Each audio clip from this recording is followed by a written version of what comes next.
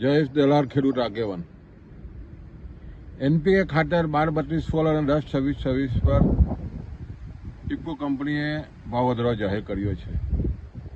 1720 રૂપિયા જે એનપીકેના 50 કિલોના હતા એ વધીને હવે 1850 રૂપિયાનો પરિપત્ર ગુજકો માર્શલે કર્યો છે.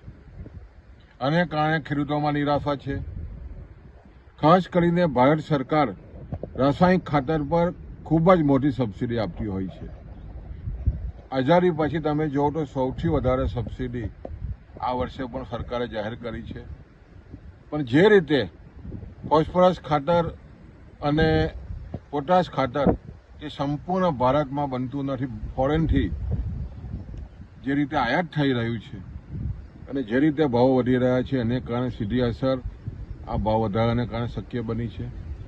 તમે છેલ્લા 10 વર્ષના રાસાયણિક ખાતરના ભાવ વધારા અંગે જો ચિંતા કરો તો તમે જોવ તો ખાસ કરીને જે ખેડૂતો મુખ્ય જે વપરાશ છે નાઇટ્રોજન ખાતર યુરિયા પર સરકારે છેલ્લા 10 વર્ષમાં ₹1 ભાવ વધાર્યો નથી.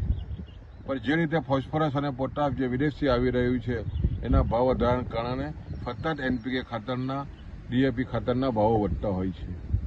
અમારી તો ખાસ કરીને સરકારશ્રી સમક્ષ માંગ છે કે યુરિયા ખાતર ખૂબ જ સસ્તું આપવામાં આવી રહ્યું છે અને ખૂબ જ મોટી સબસિડી એની પર આપવામાં આવી રહી છે. આવનારા દિવસોમાં યુરિયા ખાતરની સબસિડી ઓછી કરીને જે ફોસ્ફરસ અને પોટાશ ખાતરો છે ખાસ કરીને એનપીકે ખાતર પર સબસિડી વધુ આપવામાં આવે તો ખાસ કરીને જે કૃષિ વૈજ્ઞાનિકોની જે ભલામણ છે કે તમારે નાઇટ્રોજન, ફોસ્ફરસ અને પોટાશ જેનું પ્રમાણ છે જમીનમાં જળવાયું જોઈએ.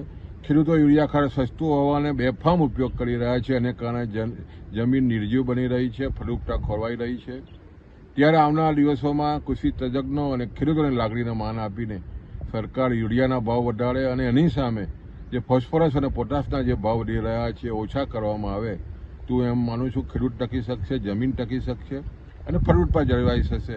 એટલે આવનારા દિવસોમાં આ સૂચનને ખાસ કરીને સરકાર ધ્યાન કરીને આવનારા દિવસોમાં યુરિયાના ભાવ વધારીને જે સબસિડી છે એ ફોસ્ફરસ અને પોટાશ ખાતર પર આપવામાં આવે એવી તમામ ખેડૂતોની લાગણી છે.